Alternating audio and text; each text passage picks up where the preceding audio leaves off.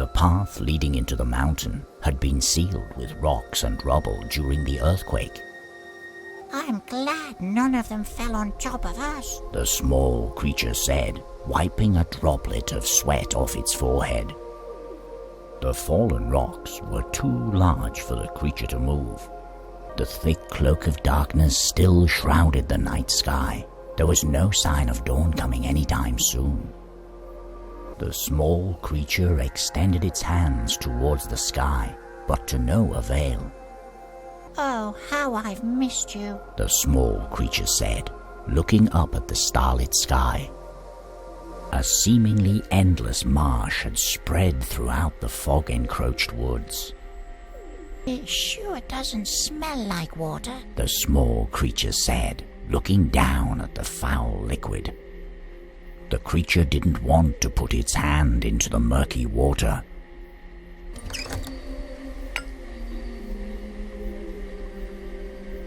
Using the thick roots, the creature was able to traverse the foul water. A number of old gravestones were scattered across the marsh. I wonder who's down below, the small creature stated, looking down at the ground. The creature looked around the smaller graves, but could find nothing of use. A larger gravestone, more decorated than the others, was lying on one of the small islands. How sad. It doesn't look like anyone has tended to it in a long time, the small creature remarked with a sigh. The creature tried to make out the name on the stone, but the letters were no longer readable.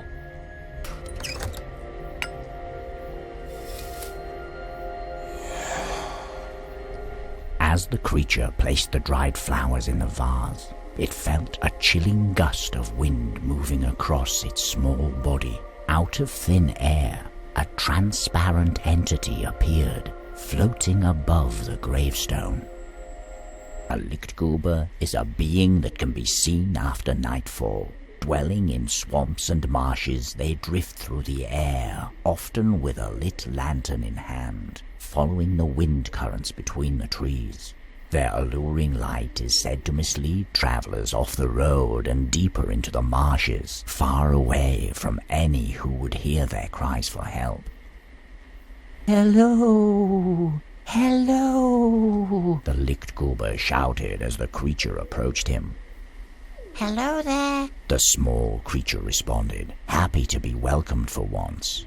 Hello, where are you? Come back, the Lichtgruber continued, seemingly not taking notice of the small creature. I'm down here, the creature said, feeling slightly confused as it waved its little hand to get the Lichtgruber's attention. The Lichtgruber stopped shouting and looked down at the creature. They're all gone. All my friends blew away with the wind. Don't they like me anymore? Why would they leave me? The Lichtgruber sobbed as he covered his face with his shroud. I didn't mean to scare them. I really didn't. You believe me, don't you? The Lichtgruber continued as he regained his composure. Sure I do. Say, what do your friends look like? The small creature asked. Maybe we can help you find them. Well, they are small and bright-looking. They live in my lantern, you see.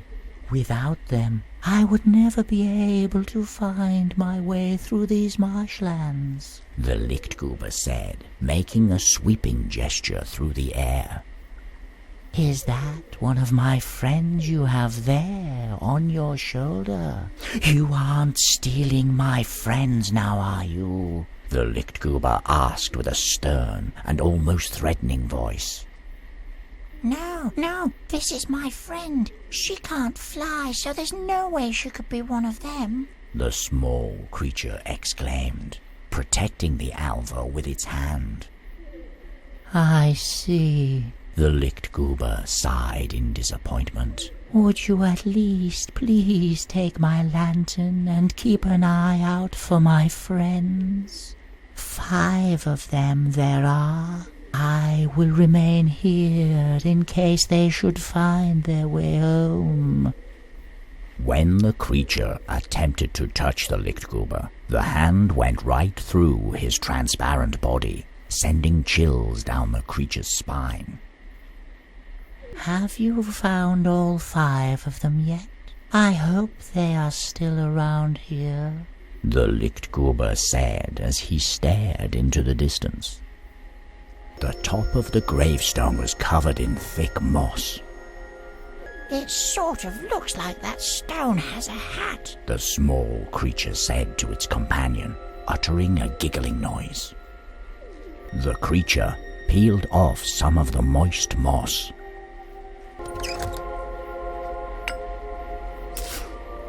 A natrum with one of its eyes gleaming unusually bright was sitting on a stone. The small creature did not want to ruffle the natrum's feathers. Hello? I think we've met before, haven't we? The small creature asked the natrum, who was already busy studying it, twitching its head back and forth. A great ordeal fleeing into the devouring darkness, yes. Many shapes and figures lurking, yes. Ready to assist the darkness. Cannot get out. Sounds echoing from the depths. The natrum croaked and went silent for a while. Then, as if it had forgotten something, it continued.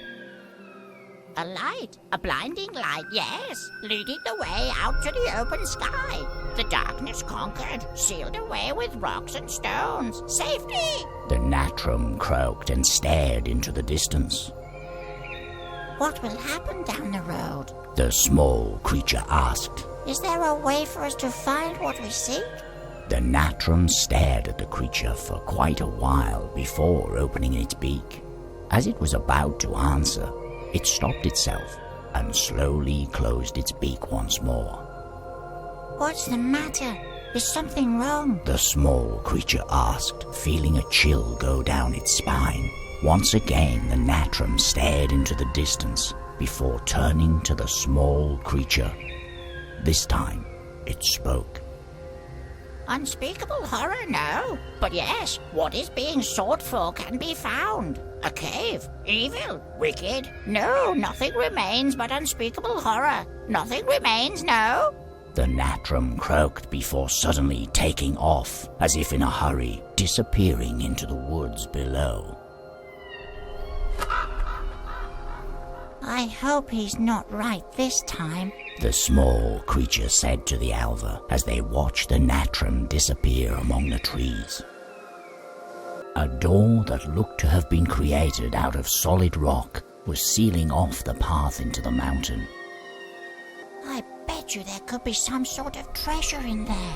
The small creature said, giving its friend a hopeful look. The large stone door was far too heavy for the small creature to budge.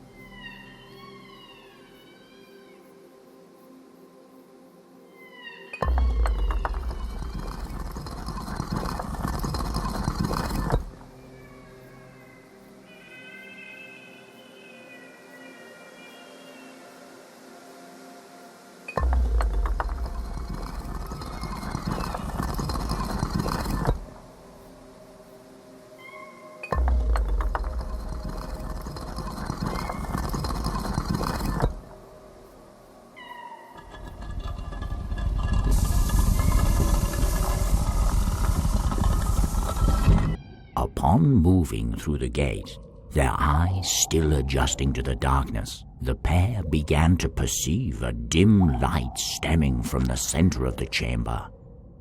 Lodged in what appeared to be a crudely carved altar was the cup of Sigrin, decorated by etchings telling of acts long forgotten, a golden chalice which corrupts what is poured within it. Yet the pair had no way of knowing this.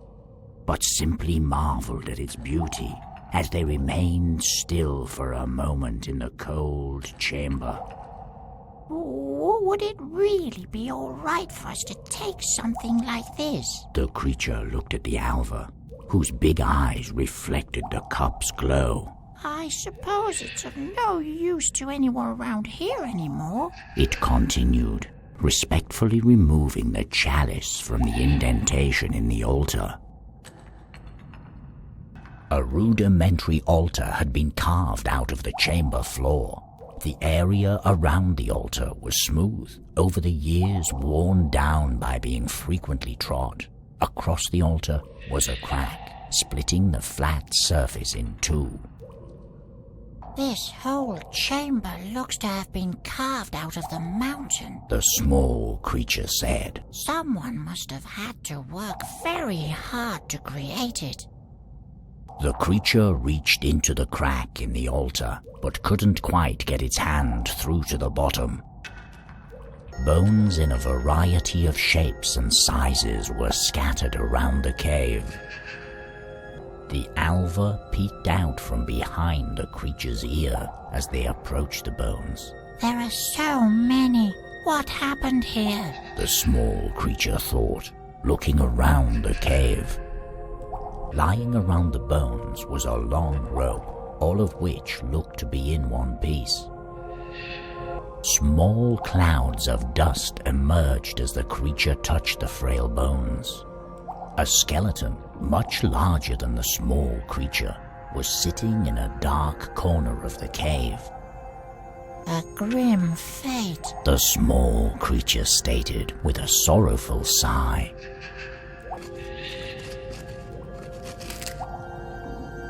As the creature touched the skeleton, the skull fell off, exposing a burning earbloss.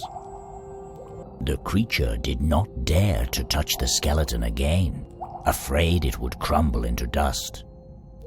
An earbloss is a faint remnant of a being who performed an equal amount of good and evil deeds during its life, a soul forever kept in a state of limbo between two worlds. During these darkest of nights, they appear dancing around the places of their passing, doomed to mesmerize lost passers-by, to follow them either to safety or demise. Hello? Are you able to hear me? The creature asked, receiving no response. The small creature's hand passed straight through the glowing apparition. That must be one of them, the creature said to the Alva, who responded with a nod. Where do you think the others might be? An oddly shaped hole in the wall was surrounded by strange carvings. What could the purpose of this be? The small creature asked the Alva as it examined the peculiar hole. The small creature reached into the hole but found nothing inside.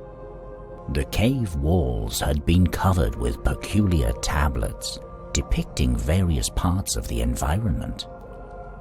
I really wish I could understand what they mean, the small creature said to its friend, who looked equally bewildered by the strange shapes. The stone tablets gave off a faint glow as the creature moved its hand over them.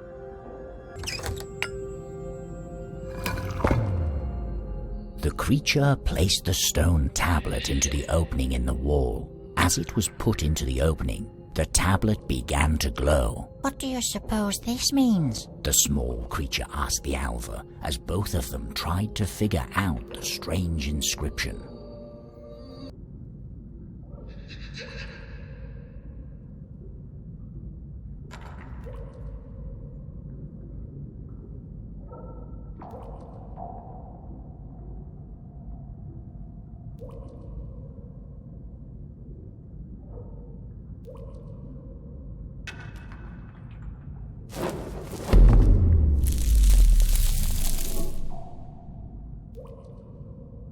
As soon as the droplet hit the stone, the cave started to shake, and from a crack in the altar, emerged a strange and wondrous plant.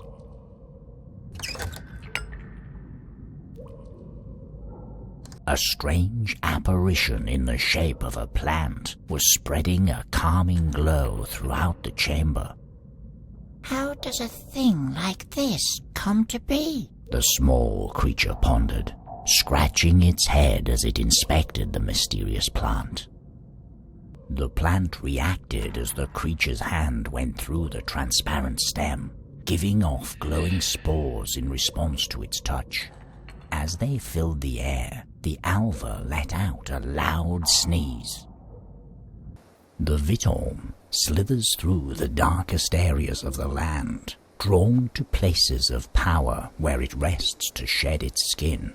The skin of a Vitorm is rumored to retain a strange kind of magical power, and anyone that manages to get their hands on one should be careful not to look into its entrancing glow for too long. Hello? The small creature said cautiously, daunted by the terrifying beast before it. The Vitorm quickly jerked its head in the direction of the sound, staring into the small creature's eyes as it slowly waggled its head from side to side in a hypnotic fashion. What do we have here? You should know better than to approach me, meat, the Vitorm whispered menacingly. I could swallow you and your friend there in just one bite. I didn't mean to disturb you.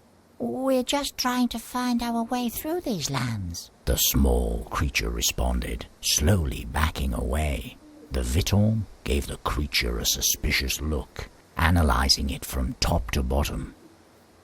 You should consider yourselves lucky my hunger for food is quenched. However, my appetite for riddles is insatiable. You're larger than a mouse, but smaller than a bear.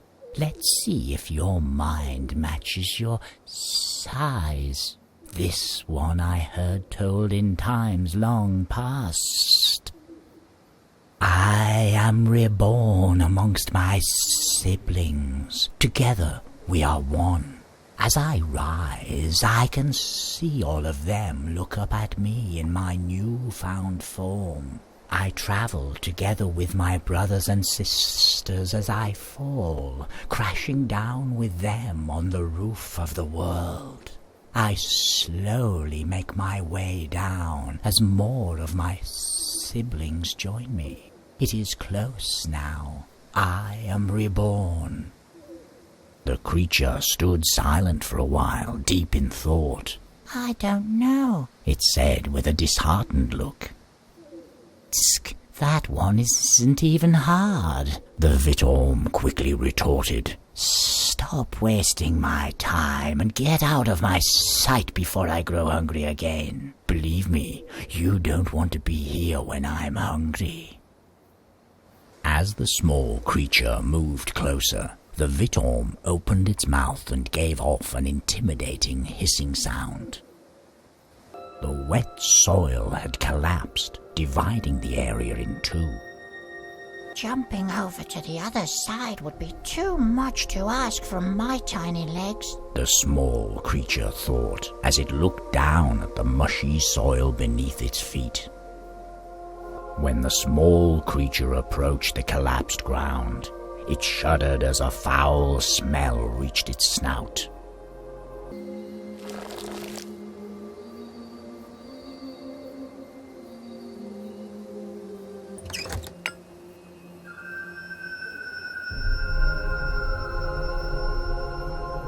The creature tied the rope to one of the thicker roots, pulling hard at it to make sure it wouldn't come loose. Now, hold on tight, and I'll make sure we get down there safely, it said as the wingless alva nervously grasped its ear.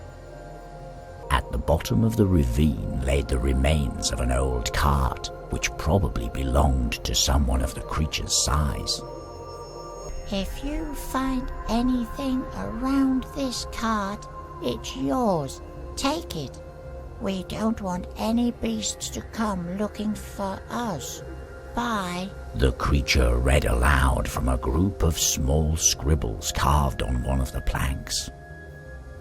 Searching through the shattered planks, the creature found a wooden wedge. Just as it was about to turn away from the wagon, the Alva tugged on its ear, noticing a faint glimmer beneath its feet. What beautiful craftsmanship! The creature exclaimed, brushing aside the tall grass concealing an old necklace. As the starlight made its way down the ravine, something about the necklace seemed strange as the creature studied it, its shine vaguely different from metals it had previously encountered. The rest of the debris was of no use to the creature. A rotten tree, about to collapse at any second, was standing near the edge of the collapsed ground. If it falls over me, who would be able to help? The small creature pondered, glancing at its fragile friend. By using all of its strength, the creature managed to topple the rotten tree, creating a bridge to the other side.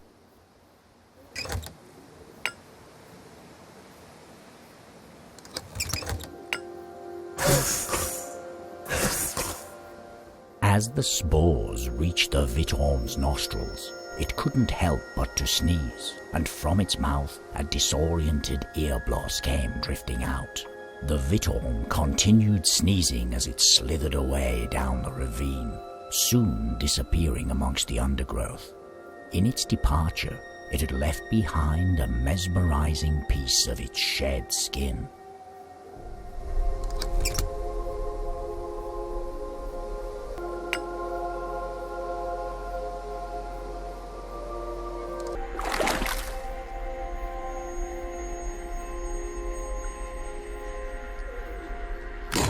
As the creature approached the bison, it opened its eyes, looking around to find the one who had awoken it from its sleep. Bisons are beings that usually remain in deep slumber. In the rare event that they awake, they spend their time tormenting travelers and woodsmen passing them by. Once they grow tired of causing trouble, they resume their sleep, blending in with the surrounding trees once again. Hello? The small creature said politely as it moved closer to the bison. The bison gave the creature a look of disgust but did not answer. Who are you? The creature asked, feeling slightly discomforted. The bison seemed to have lost interest in the creature and looked away. Feeling a slight tug on its ear, the creature took another look at the bison. What is that cut on your head? Does it hurt? It continued, even though the bison hadn't acknowledged its past remarks. The bison's face suddenly filled with anger. Its eyes started to roll in their sockets. Its mouth writhed and twisted with pain. Oh, I'm so sorry. It must really hurt. The creature said. Is there anything I can do to help? The bison seemed to have calmed down, giving the creature an insensible look before continuing its hysterical tantrum. We should search for something to heal that grievous wound, the creature said to the Alva, who responded with a determined nod. The bison stared in anger as the creature's hand touched its bark. As the creature struggled for a while to fit the wedge into the hole, the bison's eyes and mouth stood wide open. The creature gave the Alva a confused look, but then something happened. The ground started to crumble violently, and with the sound of roots snapping and twigs cracking, the bison rose from the ground. A loud creaking could be heard as it stretched out its arms before looking down at the small creature with the same insensible look as before. The creature didn't move an inch, and after a while, the bison turned around, marching into the swamp with giant steps, quickly disappearing from sight. What was all that about? The small creature asked its friend as they both stared with big eyes after the bison.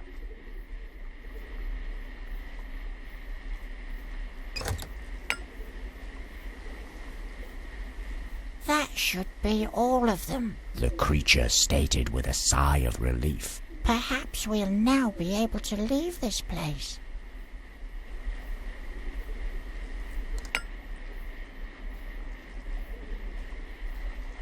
My dear friends, you're safe with me once more. The Lichtgruber quickly grabbed the lantern from the small creature's hands. Oh, thank you for finding them. Is there anything I can do to repay your kindness? The creature looked at the Alva on its shoulder. Well, we have been searching for something that could help her fly. The small creature responded. But so far, we haven't found anything at all. The Lichtgruber pondered the creature's words for a moment before answering. I know of a very old place. However, it's not somewhere I would like to take the two of you. The Lichtgruber shook his head. It's a frightening place, you see. No longer what it used to be.